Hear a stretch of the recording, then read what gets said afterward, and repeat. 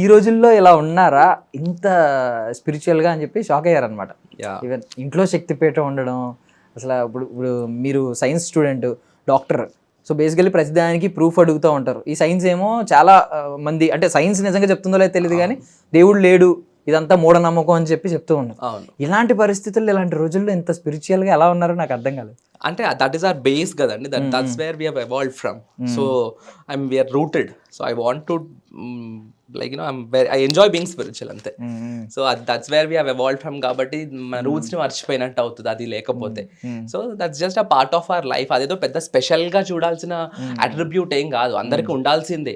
లేకపోయేసరికి జనాలకి ఇప్పుడు అట్లాంటి క్వాలిటీస్ ఉండేసరికి అదేదో పెద్ద గొప్ప అనిపిస్తుంది. మనం ఎలా other activities of the day ఎంత common, spirituality is also offering prayers to God, worshipping God is also very common for a human being. It's just thanksgiving kada. What does the spirituality teach us? It just teaches us to have a thankfulness to whatever we have. Kabatti manam when we adopt ante దేవుడికి ఎప్పుడైతే మనం అట్లా thankful గా ఉంటామో మన చుట్టూ ఉండే మనుషులకు కూడా మనం థ్యాంక్ఫుల్ గా ఉండే క్వాలిటీ డెవలప్ అవుతుంది. సో స్పిరిచువాలిటీ అనేది ఒక మనిషి క్యారెక్టర్ ని షేప్ చేస్తుంది.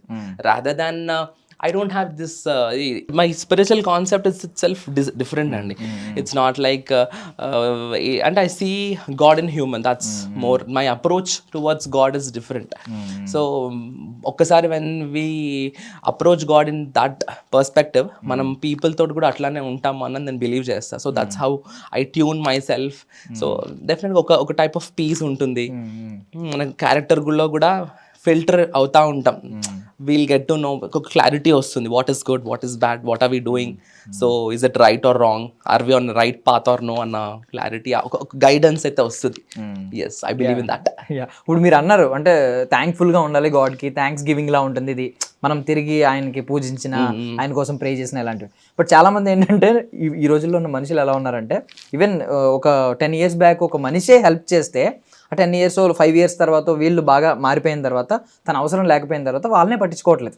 ఆ థ్యాంక్స్ గివింగ్, ఇలాంటి థ్యాంక్ఫుల్ గా ఉండడం, ఇలాంటి క్వాలిటీస్ లేవు. So that's what spirituality teachers us అండి. అంటే గాడ్ అంటే మనం చూడం కాబట్టి, మనం చూడని వ్యక్తే కదా మనం. అంటే చాలా మందికి స్పిరిచువాలిటీ అనగానే హిందూసా, క్రిస్టియన్సా, ముస్లిమ్సా అని they get religion into spirituality.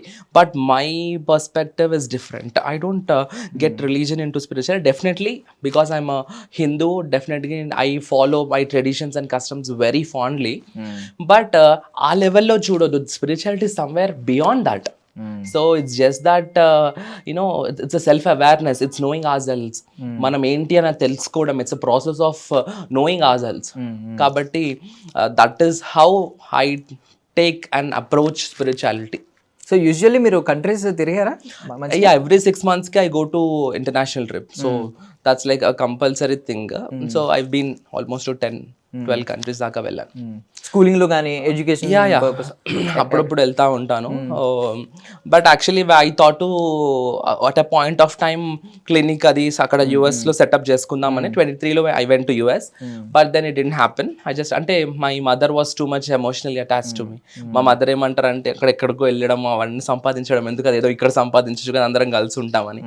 So for her definitely nothing is more than my mother నాకు. కాబట్టి ఐఎమ్ హియర్. ఈవెన్ మీరు అక్కడ ఉన్నప్పటికీ కూడా అంటే మన కల్చర్ కొంచెం మీకు దూరంగానే ఉంటుంది బేసికల్లీ, బట్ మీరు అలాగే దగ్గరగానే ఉండేవారు అక్కడ కూడా ఇలాగే కొంచెం ఎక్కువ పూజలు చేయడం. షూర్, నా రీల్స్ లో కూడా చూడొచ్చు. నేను జార్జియాకి వెళ్ళినప్పుడు కూడా అది usually I post on social media not for show off అండి.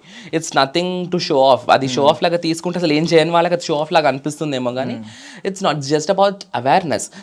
We have these things, we can follow these things out of the busy life we have. చాలా మంది అంటారు నాకు టైం లేదు, అన్నిటికీ టైం ఉంటుంది. They can just spend 2 to 3 hours for a movie, but they just can spend 5 to 10 minutes for worship and all. So అట్లా చెప్పే వాళ్ళ కోసం yet however we are busy మనం టైం పెట్టుకోవచ్చు for who has created us అని. దానికోసం అట్లా కనీసం అట్లా డెఫినెట్లీ నా ఇన్ఫ్లుయెన్స్ అయితే ఉంది. లాట్ ఆఫ్ పీపుల్ నెగిటివ్గా చెప్పేవాళ్ళు అది ఎట్లనో చెప్తారు, బట్ దెన్ పాజిటివ్ ఇన్ఫ్లుయెన్స్ అయ్యే వాళ్ళు, అది తీసుకొని వాళ్ళు స్టార్ట్ చేసుకున్న వాళ్ళు స్పిరిచువల్ పాత్ లోకి వచ్చిన వాళ్ళు చాలా మంది ఉన్నారు. So I feel more happy seeing them. Even ఇప్పుడు మీరు రీల్ చేసినప్పుడు చాలా మంది ఏంటంటే లైక్ మీకు బంగారు లాంటి బావగారు దొరికారని ఉంది, బట్ మీ ఇంటర్వ్యూస్ మొత్తం మీరు మీ లైఫ్ స్టోరీ ఏంటి, మీ ఐడియాలజీ ఎలా ఉంది, ఇదంతా చూసిన తర్వాత ఏంటంటే వాహ్ మీ ఐ మీన్ మీ భావజాలాలు చాలా గొప్పగా ఉన్నాయి, ప్లీజ్ ఎక్కడ వెనక్కి వెళ్ళకండి, ఇలాగే ప్రమోట్ చేయండి. ఈవెన్ ఇప్పుడు మన సనాతన ధర్మం కోసం కానీ మీరు మాట్లాడే మాటలు కానీ, సో ఈవెన్ చాలా మందికి ప్రతి ఒక్కరికి కనెక్ట్ ఉంది. ఇప్పుడు కూడా తెలియాలి అందరికి, ఎస్ అది తెలియాలి. ఎందుకంటే ఒక మనిషిలాగా బతకాలి అంటే స్పిరిచువాలిటీ కావాలి. ఒక మనిషి పశువులాగా ఉండాడు అంటే వాడు స్పిరిచువల్ లైఫ్ కి దూరంగా ఉంటేనే అట్లా ఉంటారు. ఎందుకంటే ఆ స్పిరిచువాలిటీ ఆటోమేటిక్ గా ఒక స్పిరిచువల్ గా ఉన్న పర్సన్ దగ్గరికి మనం వెళ్తే ఆ వైబ్ కానీ, లేకపోతే ఆ ఆరా కానీ, లేకపోతే వాళ్ళ mind set, the way they talk, the way they behave is different. So మనం చూస్తుంటాం చాలా మటుకు.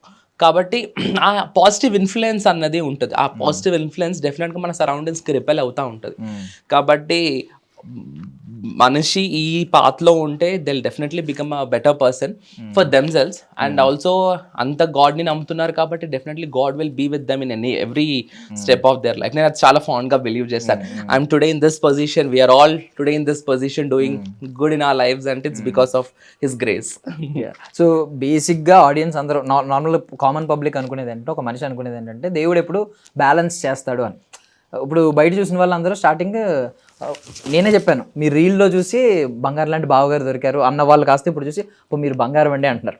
అంటే కరెక్ట్గా బ్యాలెన్స్ అవుతారు. ఇప్పుడు ఈ ఒక మనిషి ఎలా ఉన్నారంటే ఆపోజిట్ మనుషులు కూడా జత చేరారంటే ఖచ్చితంగా ఇద్దరు ఈక్వల్గా ఉంటారు. ఈవెన్ మీ ఫ్యామిలీ గురించి కూడా తర్వాత తెలిసింది. మొత్తం మీ ఫ్యామిలీ అందరూ బాగా వెల్ ఎడ్యుకేటెడ్, అందరూ స్కాలర్స్.